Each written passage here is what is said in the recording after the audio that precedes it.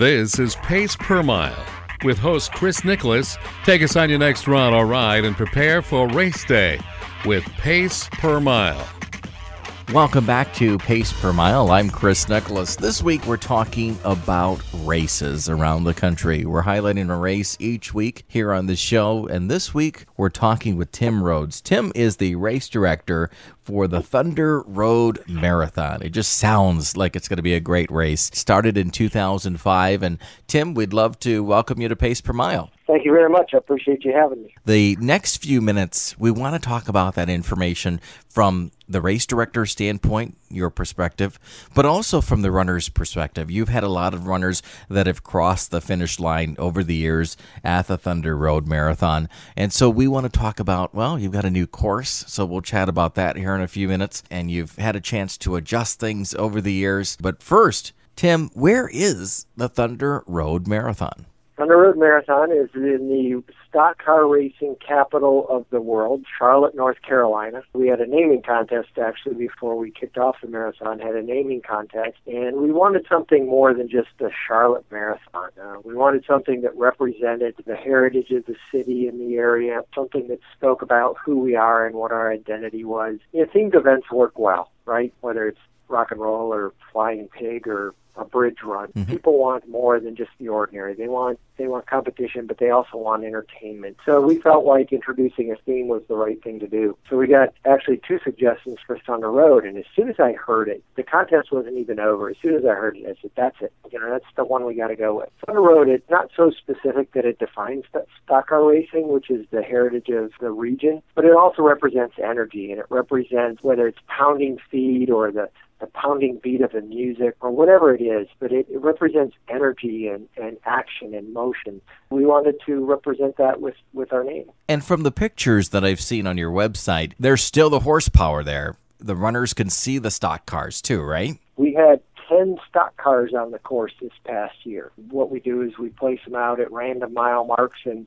the cars are painted with the appropriate mile mark number on the side of the car, and so it just gives a little bit of a kick to the race, if you will. Take us back now to 2005, just the development of the race, what it took, who you reached out to. Well, we found ourselves without a marathon after January of 2004. I was involved in that event on the planning committee. I own a timing and scoring company and a local running store, and so we were heavily involved in many different areas of the event. When the prior marathon ceased to exist, I was either naive enough or arrogant enough, I'm not sure which, to say, hey, we got to do this. We're the one to take the reins on this. And so we set a course and said, hey, we're going to do this. And we didn't have sponsor dollars. The first year we lost a bunch of money, but we made a really great statement, and it was worth it. We've gotten to the profitable side of that investment. We wanted to show off Charlotte. We wanted to represent Charlotte well, not just for the people that came from out of town, but also the people that call Charlotte home. Charlotte's a really active community, and it's got a great running community. We wanted to do something to give back. We just decided to move forward. We talked with the people that would allow us to do it, Department of Transportation, the Charlotte-Mecklenburg Police Department, the local Visitors and Conventions Bureau, and they helped us quite a bit. And a lot of key volunteers, people that had different skill sets that could jump in and help us out, and it ended up working, and we really had a good time. First year we had 1,600 runners total. We had a 10K and a marathon. We didn't have a half marathon the first year. We also had a marathon relay that had a handful of people. The total was 1,600 runners. And now you're up to what? Well, we hit 5,500 this past year. We actually peaked a couple of years ago. We started out as a December marathon. The first 6 years we were a December marathon. And for a couple of reasons, we moved to November, and we lost some runners, and some of it was intentional. We lost a lot of them from the 5K. We added a 5K after the first year. We changed from the 10K to a 5K. And we knew we were going to lose a lot of 5K runners. They were part of the Girls on the Run program. They don't conclude their training session until December. But we felt like that would be okay because it would allow us to really focus on the half marathon and marathon. We lost a lot more 5K runners than we anticipated, unfortunately. And we also saw a decline in some of the other events, and part of it was due to some new marathons in the area that kind of added to the calendar and added to the competition that we were a part of in terms of competing for participants to sign up for our event versus another event. And some people truthfully said, hey, we liked it in December. Why did you move it to November? I can't run in November. We're looking for December marathons. It took us, I think, 2 years. We kind of flattened out under 5,000, and this year we're back up over 5,000. We're very happy. We feel like we can get to 7,000 minimum in 2014.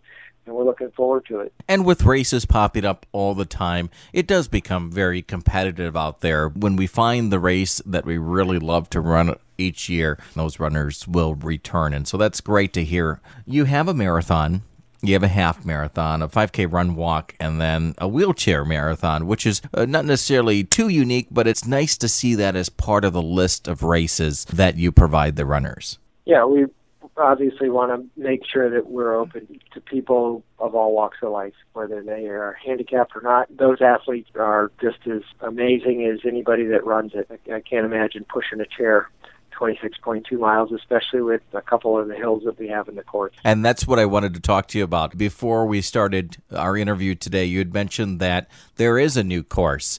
Tell us a little bit about from start to finish as the runners will take on this new course coming up in November. Yeah, it's relatively the same in terms of the footprint. The first half of the race is heavily residential, if you will. Some of the most beautiful neighborhoods you'll see in Charlotte, some of the most friendly residents that get out and cheer you on. And the course support really took a big jump this year. There were a lot more people out, and we've worked really hard to cultivate that, make sure that people were out supporting the runners in the event. That we heard from runners that that's really important to them.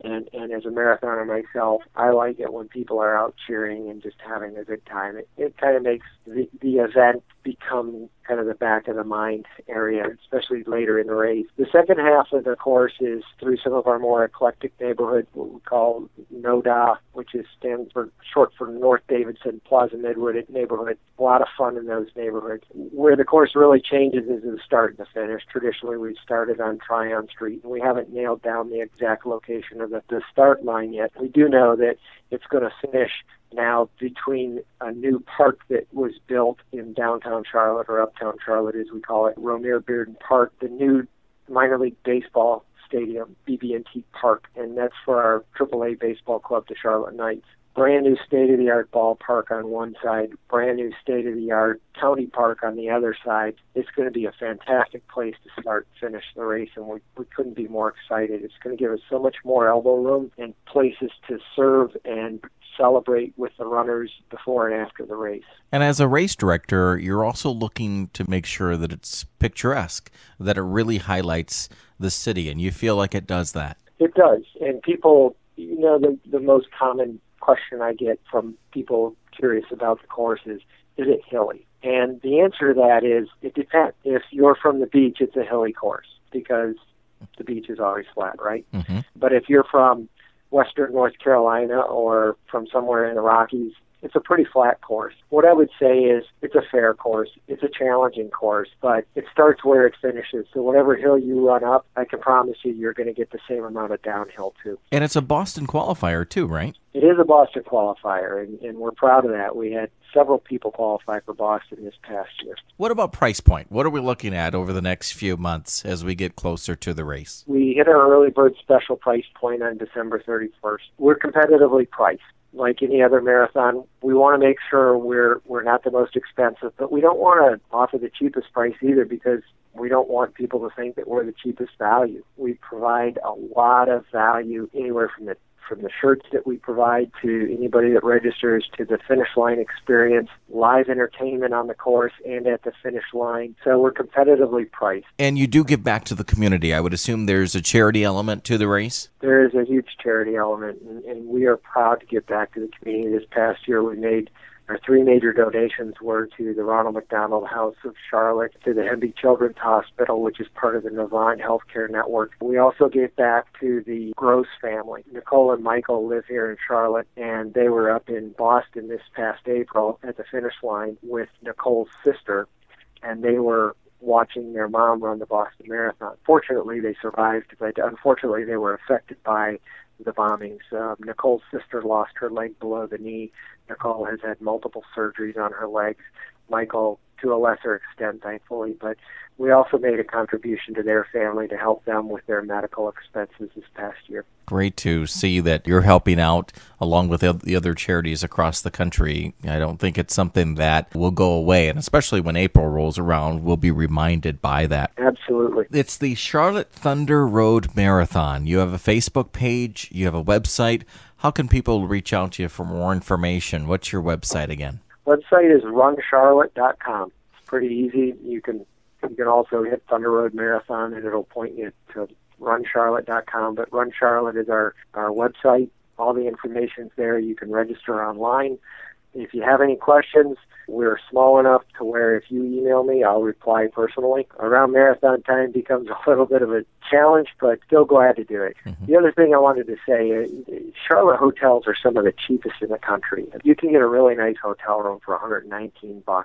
I've gone to other cities to run marathons and paid over $300 a night for a hotel room. We also, in the past, I don't know if we've got it lined up for this year, but we've offered a free shuttle from the airport to the host hotel expo. And that's something that we wanted to do just to kind of welcome you to Charlotte. It kind of saves you a $20 cab ride or whatever it would cost, or maybe being forced to rent a car and pay for parking uptown.